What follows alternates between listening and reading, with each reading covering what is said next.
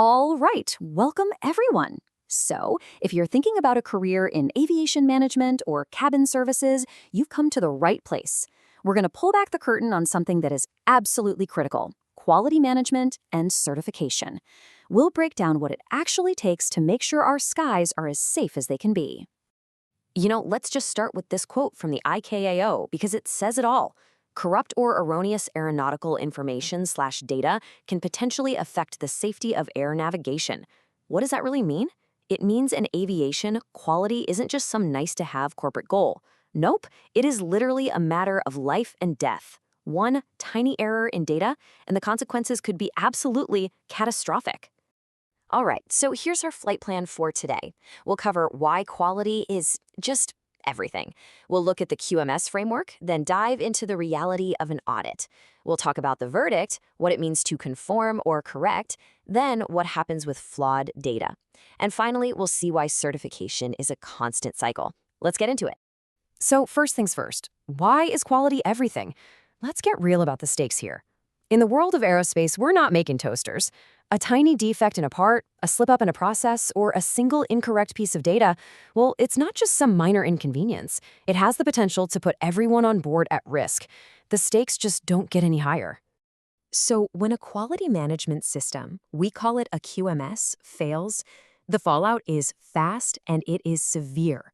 We're talking about compromised safety, which is number one, obviously, but then you've got incredibly expensive recalls, a reputation that can be shattered in an instant, and, well, the ultimate consequence, you could actually lose your certification to operate.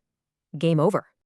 Okay, so how on earth do you prevent all those terrible things from happening? Well, the entire industry runs on a super strict set of rules, and that's where the quality management system, the QMS, comes in. You can basically think of it as the official rulebook for excellence. It's the playbook that makes sure everybody, from the person designing a part to the mechanic on the ground, is playing by the same high-stakes rules.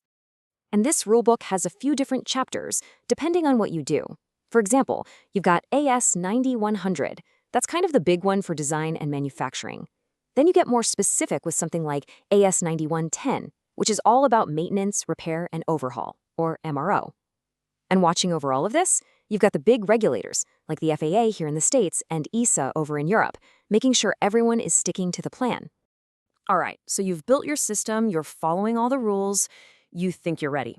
Well, now it's showtime. This is the reality of the audit. This is that moment where all your hard work on paper meets the real world. An external auditor is literally coming to your doorstep to see if your process actually works.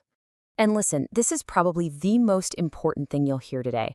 Auditors demand proof, not promises. You just can't walk in and say, hey, look at our awesome plan for the future. It doesn't work that way. It's a total culture shift, right?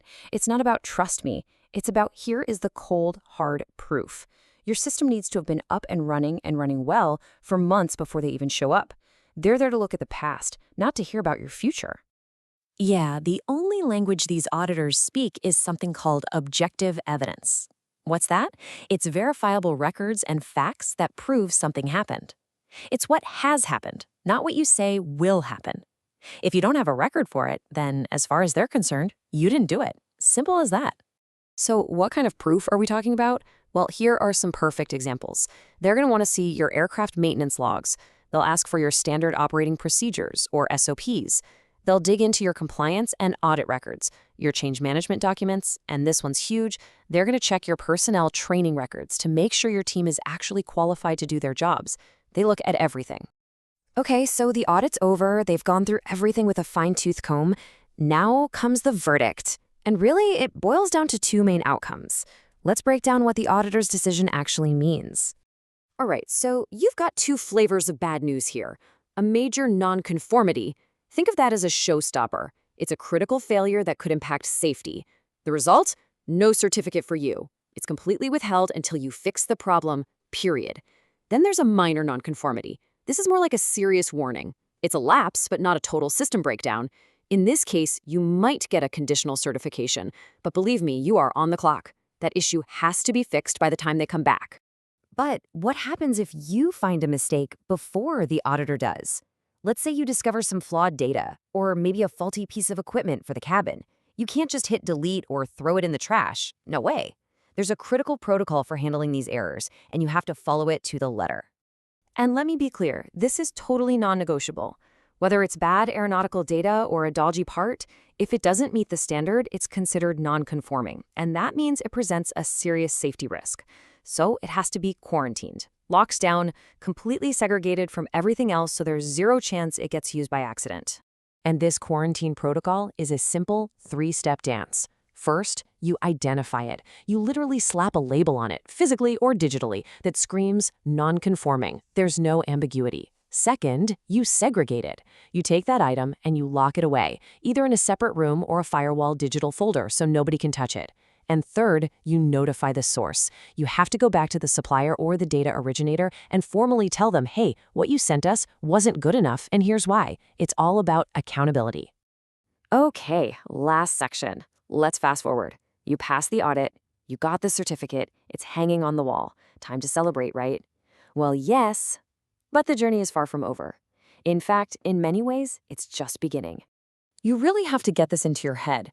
Earning that certificate is just the baseline. It's not the finish line. Think of it more like getting your driver's license. It proves you were good enough to pass the test on that one day. But now you have to prove you're a safe driver every single day you're on the road. It's a continuous cycle. And this is what that cycle looks like. In year 0, you get your initial certification. Awesome. But then in year 1, guess what? They're back for a surveillance audit, and they'll be back again in year 2 for another one. These are basically checkups to make sure you're still doing what you said you would.